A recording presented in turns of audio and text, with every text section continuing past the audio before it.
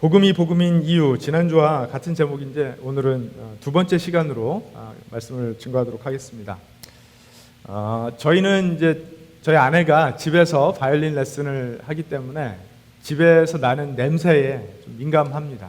그래서 늘 음식 먹고 나면 체크하려고 애쓰고 또 레슨 할 때쯤 되면 이렇게 향초를 켜놓고 냄새를 제거하기도 합니다. 그런데 이제 지내다 보면 무심결에 그냥 지나칠 때가 있어요.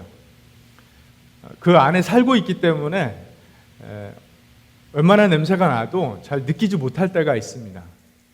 근데 그러다가 레슨 할 때가 이제 임박했는데 잠깐이라도 밖에 나갔다 오잖아요. 제가 쓰레기를 버리러 나갔다 오든지 잠깐 차에 다녀오든지 하면 깜짝 놀랍니다. 우리도 몰랐던 냄새가 집에서 많이 나고 있었던 것을 알게 되기 때문에 그래요. 그래서 뭐 우리야 상관없지만 그 바이올린을 배우러 오는 타인종들은 사실 그 냄새가 불편할 수도 있기 때문에 조심을 하는 편입니다. 우리가 살아가는 이 사회가 이 지역이 또 다양한 인종들이 많이 살고 있는 곳이라 냄새 때문에 우리가 때로는 불편함을 느낄 때도 있습니다. 그런데 여러분 우리의 냄새 때문에 그들도 불편할 수 있다라는 생각도 하고 사십니까? 우리 집에서 나는 냄새, 나에게서 나는 냄새는 맡지 못할 때가 있지 않을까 생각합니다. 오늘은요, 냄새가 나는데도 냄새가 나는 줄 모르고 살아가는 사람들의 처지에 대해서 이야기를 나누려고 하는데요. 지난 주일에는 이제 세상에서 하나님을 부인하는 사람들에게 복음이 왜 복음인지 로마서 1장 말씀을 통해서 살펴봤었죠. 하나님을 아는 일에 관심이 없고 하나님 예배하는 일에 관심이 없고 하나님을 부인하고 부정하여서 다른 사람들까지도 하나님을 부인하도록 부추기는 사람들에게 왜 복음이 필요한지, 그들에게 왜 복음이 기쁜 소식인지 살펴봤는데 지난주에 살펴봤던 그 사람들의 모습을 이렇게 얘기할 수 있지 않을까 싶습니다. 이런 사람들은 이런 말을 할 것 같아요. 아니 세상에 털어서 먼지 안 나온 사람 있어? 왜 나만 가지고 그래? 나한테 무슨 문제가 있다고 그래? 다 각자 알아서 사는 거니까 내가 알아서 살 테니까 내버려둬. 그래서 뭐 종교나 어떤 도덕적 가치나 윤리 이런 것들을 전혀 상관하지 않는, 불편하게 여기는 그런 모습들이죠. 근데 오늘은 이제 하나님을 부인하며 진리를 가로막는 그 사람들을 판단하고 정죄하는 사람들의 이야기예요. 자신에게서도 냄새가 나는데 다른 사람 냄새만 지적하면서 사는 사람들입니다. 그런 사람들은 이제 이런 말을 하겠죠. 아이고, 저 버러지 같은 사람들만 없으면 이 사회가 깨끗해질 텐데. 나만큼 깨끗하게 살면, 나 정도만 하면, 또는 우리 가족 정도만 깨끗하게 살면 이 세상이 아름다운 곳이 될 텐데, 이런 생각들을, 이런 말들을 하지 않을까 생각을 합니다. 그런데 오늘 우리가 함께 살펴볼 본문은요, 이런 말을 하는 사람들에게도 복음이 필요하다라는 사실, 그들에게도 복음이 기쁜 소식이라는 것, 복음이 복음이라는 사실을 우리에게 가르쳐 줍니다. 로마서 2장 1절에서 11절 말씀을 통해서 복음이 왜 복음인지, 복음이 복음인 이유를 계속해서 살펴보도록 하겠습니다. 로마서 2장 1절에서 4절 말씀입니다. 1절에서 11절 말씀입니다. 1절에서 4절까지 먼저 읽도록 하겠습니다. 한 목소리로 한번 읽었으면 좋겠습니다. 시작. 그러므로 남을 심판하는 사람이여 그대가 누구이든지 죄가 없다고 변명할 수 없습니다. 그대는 남을 심판하는 일로 결국 자기를 정죄하는 셈입니다. 남을 심판하는 그대도 똑같은 일을 하고 있기 때문입니다. 하나님의 심판이 이런 일을 하는 사람들에게 공정하게 내린다는 것을 우리는 압니다. 이런 일을 하는 사람들을 심판하면서 스스로 그런 일을 하는 사람이여 그대는 하나님의 심판을 피할 수 있을 줄로 생각합니까? 아니면 하나님께서 인자하심을 베푸셔서 그대를 인도하여 회개하게 하신다는 것을 알지 못하고 오히려 하나님의 풍성하신 인자하심과 너그러우심과 오래 참으심을 업신 여기는 것입니까? 네, 일단 여기까지 보도록 하겠습니다. 이 말씀은 하나님께서 공의로 또는 진리로 심판하신다라는 것을 우리에게 가르치는 그런 말씀이죠. 오늘 본문 1절이 그러므로라는 접속사로 시작을 합니다. 그러므로 남을 심판하는 사람이요.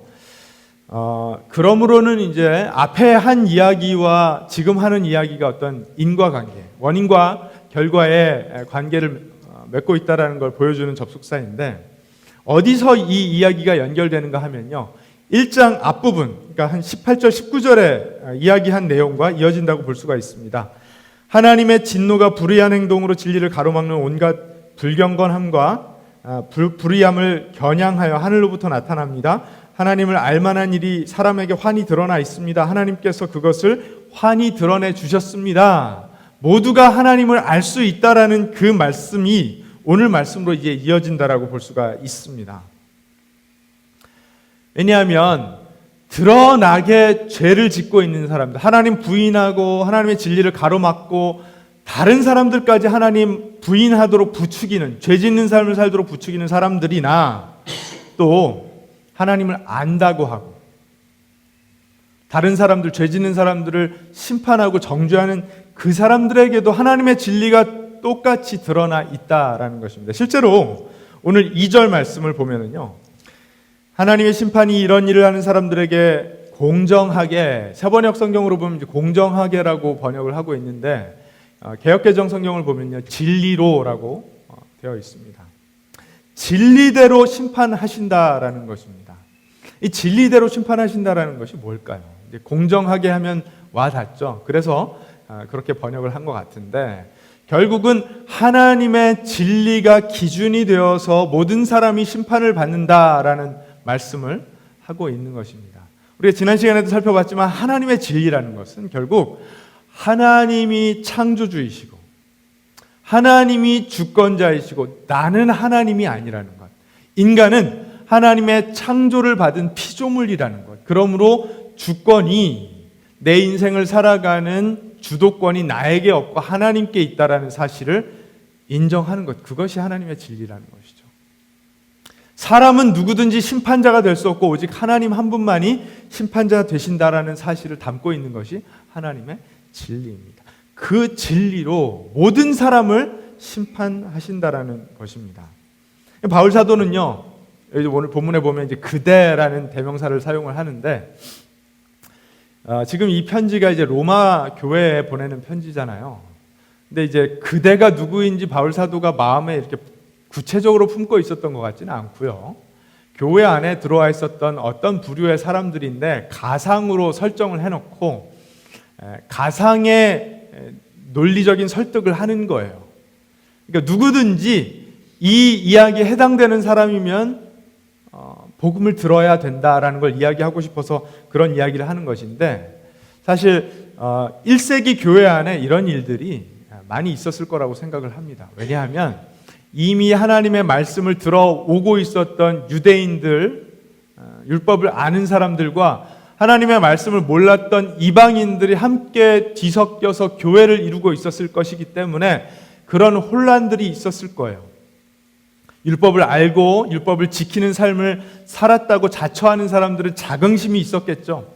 우리는 이미 하나님을 알고 하나님 말씀을 따라 살던 사람들이야. 그런데 하나님 알지도 못하고 하나님의 말씀을 따라 살지도 못하던 저 사람들이 우리와 같은 공동체를 이루어 산다는 것이 불편하게 느꼈던 사람들이 있었을 것입니다.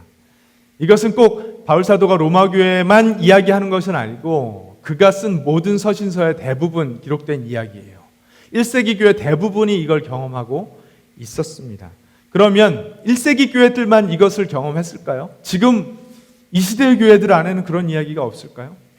아니, 있는 것 같아요. 이미 교회 안에 들어와서 신앙생활을 오래 하신 분들이 이제 막 신앙생활을 시작하는 그분들을 보면서 살짝 영적으로 얕잡아 보는 경우들이 있다는 것입니다. 한참 뭔가를 많이 배워야 될 사람으로 취급하면서 그렇게 차별적인 발언들을 할 때가 교회 안에서 있다는 것입니다. 그뿐만 아니라 이제 교회 안에 들어와 있는 사람들이 그 자체가 대단한 어떤 그 특권이라고 생각을 해서 교회 밖의 사람들을 함부로 깔보고 판단하고 정죄하는 일들이 이 시대에 있죠. 네. 그래서 이 말씀은요, 시대를 초월해서 우리에게도 아주 정확하게 적용될 수 있는 그런 말씀이라고 생각을 합니다. 자기 자신을 굉장히 도덕적이라고 생각하고 종교적이라고 생각하는 사람들이 있어요. 이 사람들이 쉽게 범하는 오류는요, 자기의라는 함정에 빠지는 오류입니다. 자기의라는 함정에 빠져요. 사람이 자기의에 빠지면요, 굉장히 헤어나오기가 어렵습니다. 영어로 이제 self-righteousness라고 하죠. self-righteousness에 빠지면 나만 괜찮아 보이고 나 말고 다른 사람들은 다 부족해 보이는 거예요. 허점이 보이고 실수가 보이고 잘못이 다 보이는 것입니다. 이 마태복음에 기록된 산상수훈 말씀에 보면 예수님께서 죄에 대하여서 이렇게 아주 얕게 피상적으로 superficial한 이해를 가지고 있던 사람들을 굉장히 적나라하게 드러내시고 꾸중하시는 그런 내용이 기록되어 있습니다. 위선적이고 가식적인 사람들, 자기의라는 함정에 빠져서 헤어나오지 못하는 이 사람들의 모습에 대해서 적나라하게 드러내 주세요. 어떤 말씀들을 하시죠? 형제 자매를 미워하는 사람도 살인하는 것이다. 이런 말씀을 하세요. 율법을 지키는 사람들이 나는 강도짓도 하지 않았고 이웃에게 해를 가하지도 않았고 사람을 죽인 적도 없으니까 나는 의롭다라고 생각하고 있을 때 예수님께서 형제자매를 마음속으로 미워하는 사람도 살인하는 것이다. 이런 말씀을 하세요. 충격적이죠. 그렇죠? 여자를 보고 음욕을 품는 자는 다 간음한 것이다. 여자만 그렇겠습니까? 남자를 보고 음욕을 품는 여자분들도 마찬가지겠죠. 그렇죠? 원수는 미워하고 이웃은 사랑해야 된다라고 생각해서 자기와 같은 모습을 하고 사는 그 동족 유대인들만 아끼고 사랑하였던 사람들, 그 사람들에게 원수도 사랑해야 된다라고 말씀을 하십니다. 오른손이 하는 일을 왼손이 모르게 해야 된다, 이런 말씀들을 주세요. 하나님이 주신 율법을 너무 얕은 수준으로 지나치게 피상적으로만 해석하여서 자기들 마음대로 해석해서 자신들의 의로움을 사람들에게 드러내기를 즐겨하였던, 자신들을 자랑하였던 그 사람들에게 그게 아니다. 하나님께서 율법을 주신 목적은 그게 아니다. 당신들은 지나치게 죄를 얕게, 수준 낮게 생각하고 있다. 이런 말씀을 주신 것입니다. 이제 나아가서 마태복음 23장에 보면 위선적인 그 율법학자들과 바리새파 사람들을 심하게 꾸중하세요. 자, 이미지가 먼저 떴는데, 자신에게서 나는 냄새는 맡지 못하고 남의 냄새만 지적하는 그 사람들을 꾸중하시면서 어떤 이미지보다도 잘 와닿는 그런 비유들을 주님이 사용하시는데요. 먼저는 이제 그 회칠한 무덤이라는 비유를 좀 사용을 하시죠. 여러분, 무덤 속에는 누가 있습니까? 죽은 시체가 있죠. 그 시체는 시간이 조금만 흘러도 부패하기 시작해서 악취가 나기 마련입니다. 그런데 유대인들이 어떤 풍습을 가지고 있었냐면 그 썩어 들어가는 그 부패에서 악취가 나는 것을 조금이라도 덮고 싶어서 그 겉에다가 회칠을, 허연 칠을 해서 무덤을 아름답게 꾸미고 싶었던 그런 마음들이 있었던 거예요. 예수님께서 위선적인 모습으로 다른 사람은 판단하고 정죄하면서 정작 자기 냄새는 맡지 못하는 바리새파 사람들, 그 율법주의자들을 회칠한 무덤이라고 비유하셨어요. 그러고 나서 이제 정말 재미있는 비유를 하시는데, 그 그림에 보시는 너희들은 하루살이는 걸러내면서 낙타를 삼키는구나, 이런 말씀을 하세요. 그 율법 지킨다고 하면서 입속에 들어가는 하루살이는 걸러내고 남의 입속에 들어가는 하루살이는 지적질하면서 자기 입속으로 들어가고 있는 낙타는 보지를 못한다라는 거예요. 너무 와닿지 않습니까? 스스로 의롭다 생각하는 사람, 나는 충분히 도덕적이고 나는 충분히 하나님의 말씀을 지키고 따라서 하나님이 나 정도 되는 사람이면 괜찮다 여겨주셔야 돼 라고 생각하던 사람들은 낙타를 삼키고 있다는 거예요. 굉장히 풍자적이고 휴머러스하게 예수님께서 그 사람들의 오류를 지적하고 계시는 것입니다. 이런 사람들이 다 자기의의 함정에 빠진 사람들입니다. 바울 사도는 이런 사람들에게 뭐라고 이야기하냐면요, 당신들은 하나님의 진리를 안다고 생각하지만 하나님의 진리를 모르는 것입니다. 하나님은 하나님의 진리대로 심판하실 것입니다. 그런데 당신들은 그 심판에 해당이 됩니다. 이렇게 이야기하고 있어요. 그러면서 3절에 뭐라고 이야기하죠? 이런 일을 하는 사람들을 심판하면서 스스로 그런 일을 하는 사람이요, 그 하나님의 심판을 피할 줄로 생각합니까? 당신들도 다 심판받습니다. 자기는 의롭다고 생각하면서 남을 판단하고 정죄하는 그 일이 바로 하나님께서 싫어하시는 일이라는 것을 모릅니까? 이 이야기를 하고 있는 것입니다. 또는 이 사람들이 하고 있는 착각, 오류, 오해가 뭐냐 하면요, 4절에 하나님께서 인자하심을 베푸셔서 그대를 인도하여 회개하게 하신다는 것을 알지 못하고 오히려 하나님의 풍성하심과 인자하심과 너그러우심과 오래 참으심을 업신여깁니까? 가볍게 여깁니까? 이런 류의 사람들이 하는 착각이 뭐냐면, 내가 이렇게 괜찮게 사는 것은, 내가 이렇게 잘 먹고 잘 사는 것은, 건강한 것은, 부유한 것은 다 하나님께서 나를 합당하게 보셔서 그러는 것이다. 이런 착각을 하고 있었던 거예요. 그런데 바울 사도가 뭐라고 말하냐 하면, 아니다.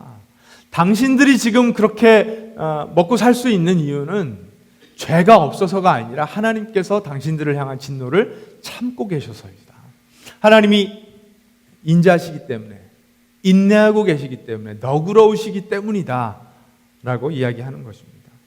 여러분, 이런 말을 들으면서 하나님의 심판을 피할 수 있다고 생각할 사람이 있겠습니까?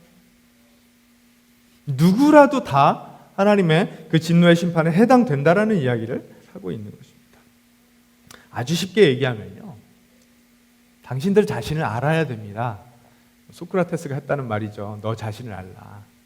자기 자신의 모습을 너무 모른다라는 거예요. 세상에 그 하나님의 존재 자체를 부인하고 진리를 가로막는 사람들이 대놓고 내 마음대로 사는 사람들이라면, 술에 찌들어 살고 마음대로 범죄를 저지르고 결혼을 파괴하고 간음을 하고 도둑질을 하고 이런 일을 아주 대놓고 하면서 나는 내 마음대로 살겠다라고 이야기하는 사람들이라면, 지금 바울 사도가 언급하고 있는 이 부류의 사람들은 아닌 척하면서 자기 마음대로 사는 사람들이라는 거예요. 아닌 척하면서 자기 마음대로 사는 사람들. 앞에 언급한 사람들이 대놓고 하나님 아닌 다른 것을 예배하는 사람들이라면, 이 사람들은 은밀하게 하나님 아닌 다른 것을 예배하는 사람들이라는 것인데, 오히려 더 드러난다라는 거예요. 무엇이 드러나죠? 이 사람들은 다 자기 의를, 자기 자신을 예배하는 것이 더 도드라진다라는 것입니다. 자기 자신에게 빠져 있는 거예요. 나는 이 정도면 괜찮아. 괜찮다고 생각하니까 내 오류는 안 보이고 다른 사람 잘못만 그렇게 보이는 것입니다. 근데 하나님은요, 모든 사람을 심판하십니다. 그리고 하나님은 우리가 다른 사람들을 함부로 판단하고 정죄하는 것을 원하지 않으세요. 그것은 우리를 향하신 하나님의 뜻을 모르는 오류를 또 범하는 것이고, 그 죄인들을 향하여 너그러운 마음으로 기다리시며 인자한 마음으로 기다리시는 그 하나님의 마음을 몰라주는 것이기 때문에 그렇습니다. 여러분, 우리는 사람들이 칭찬할 만한 일을 할 때 조심해야 됩니다. 그런 일을 하면서 나는 참 괜찮은 사람이야, 이런 삶을 사는 걸 보면, 여러분, 이거 교회 안에 목회자들, 직분자들 특히 경계해야겠죠. 내가 이렇게 교회를 열심히 섬기는 것은 참 괜찮은 일이야, 그러면서 섬기지 않는 사람들을 함부로 판단하고 정죄하는 그런 마음을 굉장히 경계하고 조심해야 됩니다. 그리고 그런 섬김을 하고 난 직후를 굉장히 조심해야 됩니다. 왜냐하면 사람들의 칭찬이 올 것이기 때문에 그래요. 참 멋집니다, 참 잘하셨습니다, 이런 칭찬이 올 때 특히 경계하고 조심해야 됩니다. 왜냐하면 자기 의의 함정에 빠질 수 있는 위험이 크기 때문에 그렇습니다. 그렇게 남을 함부로 판단하는 사람들을 보면서 예수님께서는 뭐라고 말씀하셨죠? 마태복음 7장에 보면 스크린에 뜨지는 않겠지만 이런 말씀을 하셨어요. 너희들이 심판받지 않으려면 다른 사람 심판하지 마, 이렇게 말씀하셨어요. 너희들이 다른 사람들을 판단하는 그 판단으로 판단받을 거야, 그런 말씀을 하셨습니다. 그러면서 우리가 다른 사람들을 함부로 판단할 수 없는 이유, 심판하고 정죄할 수 없는 이유에 대해서 말씀하셨어요. 다 아시죠? 자기 눈에 들보가 있는데, 기둥이 있는데 어떻게 다른 사람 눈에 있는 그 조그만 티끌이 보이느냐는 거예요. 어떻게 그거 티끌 빼줄 수가 있느냐는 거예요. 그렇죠? 예수님 뭐라고 말씀하십니까? 먼저 너희 눈에 있는 들보부터 빼라. 들보부터 빼라. 이런 도덕주의자들, 율법주의자들, 영어로 이제 moralist라고 할 수 있는데, 이런 사람들은 자기 눈에 들보가 있는 것을 보지 못한다라는 것입니다. 자기 자신의 냄새는 맡지 못한다는 거예요. 바로 조금 전에 청국장이랑 김치랑 막 개걸스럽게 먹어서 온갖 음식 냄새가 나고 있는데 다른 사람들에게서 나는 냄새만 지적질한다라는 것입니다. 먼저 들보를 빼라고 말씀하시는데 예수님께서 위선자야, 내 눈 속에서 먼저 들보를 빼라, 이렇게 말씀을 하세요. 지난주에도 이제 제가 이런 말씀을 드렸죠. 저는 이제 시간 약속을 잘 안 지키는 사람들을 보면서 좀 불편한 마음이 있다라고 말씀을 드렸어요. 그래서 저에게서 이제 율법적인 태도들이 드러난다라는 말씀을 드렸지만, 이제 아이들을 키우면서도 얼마나 그런 위선적인 모습이 적나라하게 드러나는지 모릅니다. 아마 자녀들을 키우시는 모든 부모님들의 공감이 되실 거라고 저는 생각을 하는데, 요즘 저희 아이들이요, 서로에게 이렇게 꾸짖습니다. 방을 깨끗하게 써야지, 방 청소해야지, 너 낭비하면 안 돼, 게으르면 안 돼, 이런 지적질을 서로 이렇게 막 합니다. 특별히 엄마 아빠 앞에서 더 그런 지적질들을 합니다. 뭐 하는 거죠? 자기는 괜찮다는 것을 이렇게 은연중에 드러내는 거예요. 자기는 엄마 아빠 말대로 똑바로 하고 있다라는 것을 옆에 있는 그 쌍둥이 형제 지적질하면서 은근히 드러내는 거예요. 여러분, 이거 다 어른들이 하는 일 아닙니까? 그렇죠? 아이들이 저에게 일침을 가할 때가 있어요. 얼마 전에도 이제 하성이가 저에게 와서 아빠는 왜 이렇게 옷이 많아? 이런 얘기를 합니다. 그러면서 자기들은 이제 옷이 별로 없다는 거예요. 맞죠? 여러분, 8살짜리랑 45살인 아빠랑 옷 숫자가 어떻게 같을 수가 있습니까? 그런데 한편으로 생각하면 또 말이 일리가 있어요. 저에게 그렇게 옷이 많이 필요할까요? 그런 말들을 아이들에게서 들을 때면 제가 몇 가지 이유에서 긴장을 합니다. 하나는 아이들 말이 일리가 있기 때문에 그래요. 대부분 아이들이 하는 이야기들은 부모에게서 들은 이야기를 그대로 하기 때문에 일리가 있을 때가 많이 있습니다. 그래서 제가 쉽게 무시 못하고 긴장합니다. 제가 또 긴장하는 또 하나의 이유는 뭐냐면요, 어렸을 때 제가 바로 그랬거든요. 어른들이 저를 이제 가르치면서 어떤 이야기를 가르치면서 본인들에게서는 그런 모습이 안 보일 때, 그런 이중적인 모습이 보일 때 제가 굉장히 억울하게 생각하고 분노할 때가 많이 있었습니다.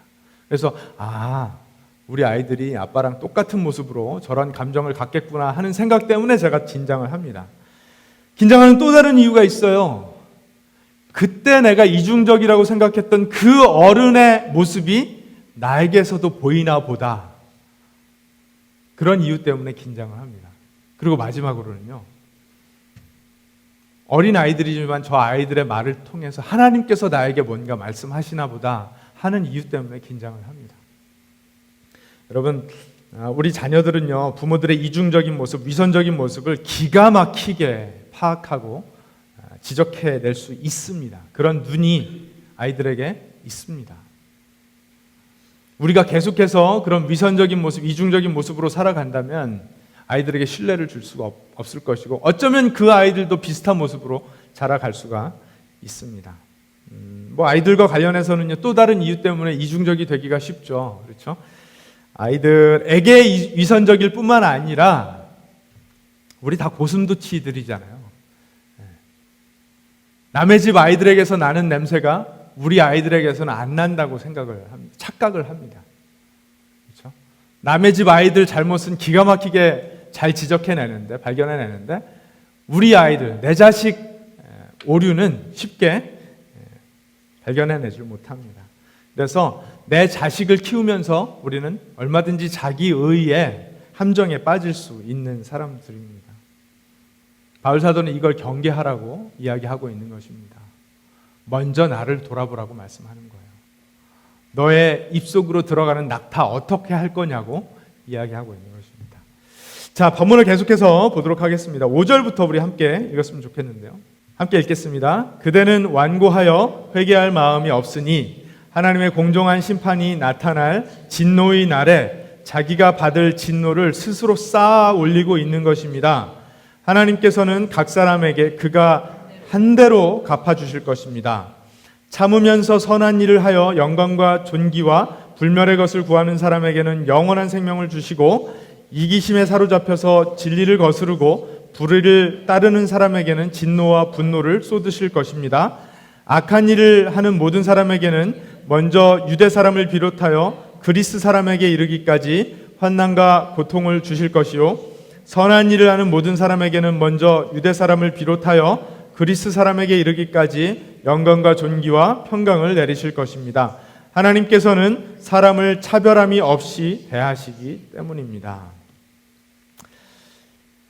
복음을 필요로 하고 있는 사람들에게 하나님의 심판이 임할 것인데 그 하나님의 심판이 차별함이 없다라는 사실을 오늘 본문이 이야기하고 있습니다. 여러분, 진리를 아는 것, 진리에 대해 감동하는 것, 진리를 계획하는 것, 이런 것들도 다 좋은 것들인데 오늘 본문을 보니까요, 하나님은 무엇을 근거로 우리를 심판하신다고요? 진리를 아는 것이 아닌 행함으로, 행했는가를 기준으로 우리를 심판하신다라는 것입니다. 또는 우리가 한국 사람인지 미국 사람인지 유대인인지 그리스 사람인지 로마 사람인지 여기에 근거를 두고 심판하시는 것이 아니라 무엇을 행했는가를 기준으로 심판하신다라고 이야기하고 있습니다. 미국 사람들끼리도요, 북부 사람인지 남부 사람인지 동부 사람인지 서부 사람인지 이거 엄청 따지거든요. 제가 실제로 이제 캘리포니아에 살다가 텍사스로 이제 신학교 때문에 이사를 해 왔는데, 사실 텍사스에는요, 그 남부 사람들은 동부와 서부 사람들을 조금 이렇게 가볍게 여기는 풍토가 있습니다. 실제로 제가 이제 텍사스로 처음 이주해 와서 신학교를 들어갔는데 저와 함께 교제하던 신학생의 입에서 나온 이야기가 이랬어요. 캘리포니아에 지진이 나서 그 사람들 다 죽어도 자기는 아무 상관없다. 이런 얘기를 하는 거예요. 끔찍한 얘기를 하는 거예요. 근데 이분이 굉장히 성실하고요, 불쌍한 사람들 잘 도와주고요, 교회에서 열심히 섬기고요, 자기 맡은 일 잘하는 사람입니다. 그런데 마음 안에 그런 생각들이 있는 거예요. 나는 여기 바이블 벨트에 사는 사람이기 때문에, 오래전부터 신앙생활을 해온 사람이기 때문에 아주 건강한 삶을 살고 있고 바른 삶을 살고 있고, 동부 서부 사람들, 하나님 알려고 하지 않는 그 사람들, 하나님의 진리를 가로막는 그 사람들에게 하나님의 심판이 임해도 나는 괜찮아, 이런 얘기를 하는 거예요. 여러분, 이거 하나님이 정말 안 좋아하실 만한 생각이기도 하고 이야기이기도 합니다. 조금 더 자극적인 이야기를 해볼까요? 최근에 이제 해가 바뀌고 나서 한국의 그 많은 뉴스들 가운데 전 남편과 의붓 아들을 살해한 혐의로 기소되었던 그 고유정 씨가 이제 재판 과정 중에서 판사에게 눈물로 호소했다, 이런 기사를 우리가 볼 수가 있었습니다. 그러면서 이제 동시에 인터넷에서 많이 등장했던 그런 장면이, 재판을 받고 나오는 고유정 씨의 머리채를 이제 잡는 그런 사람들의 모습이 사진으로 찍혀서 이제 기사에 보도되곤 했는데, 그런 뉴스를 보실 때 여러분 어떤 생각이 드십니까? 전 남편을 죽여서 시체를 함부로 훼손하고 의붓 아들까지 끔찍하게 살해한 그 고유정 씨, 머리채 잡혀도 싸죠? 그렇게 생각하십니까? 또는 이건 이제 뭐 정말 유명한 분이죠, 우리나라에서 신창원 씨. 아주 오래전에 강도 및 살해 혐의로 수감 생활을 시작했는데 중간에 탈옥을 해서 전국을 완전히 뒤집어 놨다가 다시 잡혀서 이제 추가로 무기징역이었는데 23년 또 형을 선고받아서 지금 이제 20년째 감옥에 수감 중인 분인데, 이분이 자기가 용변을 보는 것까지 CCTV로 다 촬영이 된다고 해서 나의 인권을 보장해달라, 그런 요구를 한 것이 이제 기사화되었습니다. 여러분, 이분 인권을 보장해줘야 될까요? 이런 기사들을 보면서 이제 댓글을 제가 쭉 한번 봐요. 일부러 어떤 반응들을 보일까. 그러면 댓글들이 무시무시합니다. 고유정 씨 같은 경우에는 바로 사형 때려서 더 이상 재판하지 말고 바로 죽여야 된다. 또 신창원 씨 같은 경우에도 아니, 인권은 인간에게 해당되는 것이지 무슨 범죄자에게, 이 신창원 같은 끔찍한 사람이 무슨 인간이라고 인권을 이야기하냐, 이런 반응을 보이는 사람들이 굉장히 많습니다. 여러분, 진짜 그렇습니까? 인권을 운운하기에도 어림도 없는 그런 이야기들입니까? 근데 예수님께서는 형제 자매를 미워하는 사람마다 살인한 사람이라고 했는데, 그러면 우리도 다 그 죄에 해당되는 사람 아닙니까? 우리에게는 인권이 있습니까? 예수님께서는 말씀하셨어요. 마태복음 5장의 그 산상순 말씀으로 잠깐 돌아가 보면, 내 이웃을 사랑하고 내 원수를 미워하여라 하고 말한 것을 너희는 들었다. 그러나 나는 너희에게 말한다. 너희 원수를 사랑하고 너희를 박해하는 사람을 위하여 기도하여라. 그래야만 너희가 하늘에 계신 너희 아버지의 자녀가 될 것이다. 아버지께서는 악한 사람에게나 선한 사람에게나 똑같이 해를 떠오르게 하시고 의로운 사람에게나 불의한 사람에게나 똑같이 비를 내려주신다. 아무리 심각한 범죄를 저지른 사람일지라도 그들에게도 해가 뜨고 그들에게도 비가 내린다라는 거예요. 하나님은 똑같은 자비와 은혜를 베푸시고 똑같이 심판하신다는 것입니다. 여러분, 이것이 불편하십니까? 근데 하나님께서는요, 차별함이 없이 심판하시겠다라고 말씀하십니다. 우리에게도 심판이 있을 것입니다. 물론 우리는 예수 그리스도를 믿음으로 생명을 얻었기 때문에 생명과 죽음을 가늠하는 심판은 없을 것입니다. 우리는 영원한 생명을 약속받은 사람들이나, 그러나 하나님께서는 여전히 예수 그리스도를 믿는 그 믿음으로 우리가 무엇을 행했는가를 보시고 상급의 판단을 하실 것입니다. 그것이 성경의 말씀이에요. 말씀을 알기만 하는 것은 별로 중요하지 않다는 이야기입니다. 실제로 그 말씀을 가지고 우리가 삶 속에서 어떠한 삶을 살았는가, 다른 사람들의 생명을 살리기 위해 구체적인 애씀이 있었는가, 나의 자원, 나의 시간과 돈과 에너지를 구체적으로 어떻게 사용하는가를 하나님께서는 다 보고 계시다라는 것이죠. 그러면 우리는 어떻게 해야 될까요? 어떻게 해야 될까요? 저는 두 가지의 방향이 있다라고 생각을 합니다. 첫 번째는요, 일단 생명이 있는가 없는가를 먼저 봐야 돼요. 생명이 있는가 없는가. 세상 그 어떤 문제보다 그 사람이 얼마나 대단한 범죄를 저질렀는가, 아니면 저 사람이 나와 정치적으로 성향이 반대편에 있는가 같은 편에 있는가, 뭐 이런 거 따지기 전에, 그런 거 따지기 전에 그 사람에게 생명이 있는가 없는가를 먼저 생각해야 됩니다. 생명이 없으면 어떻게 해야 될까요? 그 사람에게 생명이 임하도록, 예수 그리스도를 통한 구원이 임하도록 애써야겠죠. 그 사람의 국적과 인종과 나이와 출신 지역과 그 어떤 조건에도 상관없이 그 사람에게 생명이 임하도록 우리는 애써야 되는 사람들입니다. 그거 생각하지 않고 그 사람이 얼마나 그동안 악한 삶을 살았는가, 어떤 범죄를 저질렀는가, 어디 출신인가, 뭐 이런 거를 가지고 판단하고 정죄하면서 아유, 나처럼 좀 살지, 이런 착각에 빠진다면 하나님께서 그것을 옳다고 인정해 주시지 않는다는 것입니다. 두 번째로, 자, 이제 생명이 있는지 없는지를 분별했으면 어떻게 될까요? 만약에 생명이 있다면 물론 생명이 없으면 생명이 임하도록 애써야 되고요. 생명이 있다면 생명이 있는 그 자체로 인정을 해주는 거예요. 여러분 알에서 부화하는 새끼 새를 한번 생각해 보세요. 알 안에 있든지 알 밖에 있든지 생명이 있는 거 생명이 있는 거예요. 그렇죠? 살아 있는 것입니다. 그걸 가지고 알 밖으로 왜 빨리 빠져나오지를 못하느냐고, 왜 알 껍질을 빨리 깨지 못하느냐고 닥달을 하고 다그치면 안 된다는 거예요.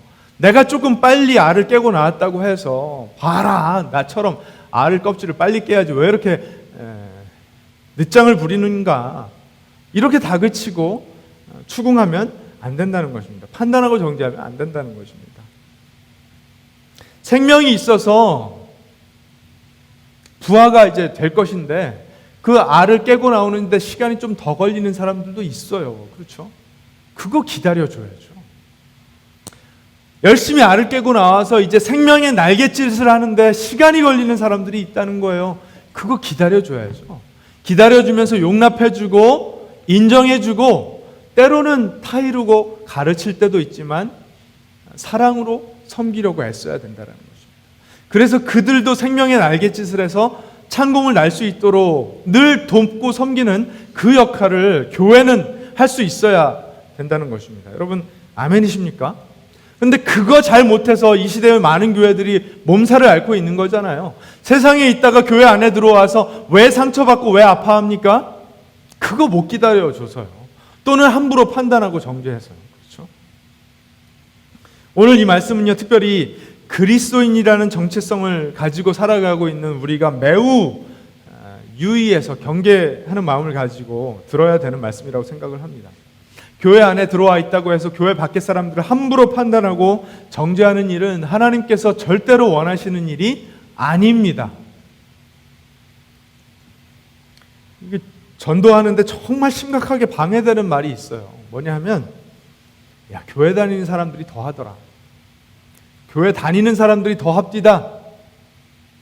이 말이 귀에 들리면요, 부인하고 싶은데 부인이 안 돼요. 아유, 신앙생활은요, 사람 보고 하는 게 아니라 하나님 보고 하는 거예요. 왜 거짓말해요? 하나님 보고 하기도 하지만 사람 보고 하기도 하잖아요. 그렇죠? 정직하게, 그렇습니다. 교회가 요즘 부끄럽습니다. 죄송합니다. 미안합니다. 이거 얘기하면 될 거 가지고 신앙생활은 사람 보고 하는 게 아니라 하나님 보고 하는 것입니다. 그걸 핑계라고 됩니까, 교회들? 사실 요즘 이제 한국 영화를 보면요, 어떤 영화를 봐도 이런 요소가 다 등장을 해요. 그게 사실이 아니면 영화 감독들이, 각본 쓰시는 분들이 왜 그런 이야기들을 꼭꼭 집어넣겠어요? 사회적으로 무리를 일으키는 그 대형 범죄, 전 국민을 상대로 사기를 치는 그런 대형 범죄에 교인들이 연루되어 있다는 사실, 특별히 직분자들이 연루되어 있다는 사실이 영화들마다 등장을 합니다. 여러분 그거 부인할 수 있습니까? 아니라고 이야기할 수 있습니까? 아니요, 못해요. 못해요. 사람 보지 말고 하나님 보라고 뻔뻔하게 이야기할 수 있습니까? 못해요. 사과해야 될 이슈들입니다. 그 사람들이 교회에서는요 정말 겸손하다고 칭찬 많이 듣습니다. 신앙심 좋다고 이야기 많이 듣습니다. 그러면 뭐예요? 사회 나가서, 세상 나가서 세상 사람들 걱정시키는 범죄의 주인공이 되어 있는 거예요. 자기 눈에 들보는 보지 못하면서 남의 눈에 티를 보려고 하는 그 교회의 위선적인 모습을 하나님께서는 지적하시는 것이고, 오늘 우리에게 이걸 깨닫게 하셔서 우리는 그런 사람들 되지 않도록 가르치시는 것이라고 믿습니다. 하나님의 심판은요, 하나님을 부인하고 불의한 행동으로 진리를 가로막는 사람들뿐만 아니라 그 사람들을 판단하고 정죄하면서 자신은 그렇지 않은 것처럼 위선적으로 살아가는 모든 사람에게 동일하게 차별 없이 임한다라는 사실을 기억하셨으면 좋겠습니다. 털어서 먼지 안 나오는 사람 있어. 다들 그러는데 왜 나만 가지고 그래? 뭐 나한테 무슨 문제가 있다고 그래? 이런 말을 하는 사람들에게도 심판은 임하지만, 나만큼 깨끗한 사람 있으면 나와보라 그래. 나나 우리 가족만큼만 잘 살면 세상이 아름다워지지 않겠어? 라고 말하는 사람들에게도 심판이 임합니다. 여러분, 그런데 이런 말들을 하며 사는 거 괜찮습니까? 괜찮지 않죠. 어떻게 바뀌어야 될까요? 또는 이분들이, 이런 사람들이 정말로 필요로 하고 있는, 또는 우리가 필요로 하고 있는 복음은 어떤 고백을 할 힘을 줍니까? 복음은요, 한번 따라해 보시죠. 이런 말을 할 수 있게 해줍니다. 제가 죄인입니다. 선뜻 입이 안 열리세요? 복음이 이런 말을 하게 해줘요. 다시 한번 하죠. 제가 죄인입니다. 회개합니다. 미안합니다. 당신뿐 아니라 나도 죄인입니다. 용서합니다. 사랑합니다. 복음은요, 이런 말을 하게 해주는 거예요. 왜 나만 갖고 그러냐고, 아니면 나만큼만 해보라고, 이런 말을 하는 사람들이 나도 죄인입니다. 당신뿐만 아니라 나도 죄인입니다. 미안합니다. 돌이킵니다. 사과합니다. 용서합니다. 우리 모두 다 죄인들이지만 하나님은 죽기까지 우리를 사랑하십니다. 힘내서 한 번뿐이 없는 이 인생 가치 있게 융성하게 살아내십시다. 이런 말을 할 수 있게 해주는 것이 복음입니다. 여러분, 우리는 다 복음을 받아든 사람들이잖아요. 더 이상 핑계대지 않았으면 좋겠습니다. 왜 나만 가지고 그러느냐고 핑계대지 않았으면 좋겠고요. 나 같은 사람들만 있으면 괜찮지 않냐고 위선 떨지 않았으면 좋겠습니다. 나도 죄인이고 당신도 죄인인데 우리 모두 회개하고 주님의 용서를 능력 삼아서 담대하게 살아냅시다. 융성하게 살아냅시다. 이렇게 말할 수 있었으면 좋겠습니다. 오늘 하나님께서 주시는 음성을 들으셨다면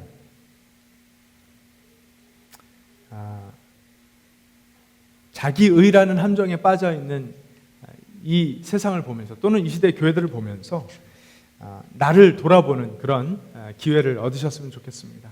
그래서 오직 복음의 은혜로만 내가 살아갈 수 있다는 사실을 고백하고 그 복음의 기쁨을 더 많은 분들과 함께 누리며 살아가는 그런 복이 있는 여러분 되시기를 주님의 이름으로 축원합니다. 기도하겠습니다.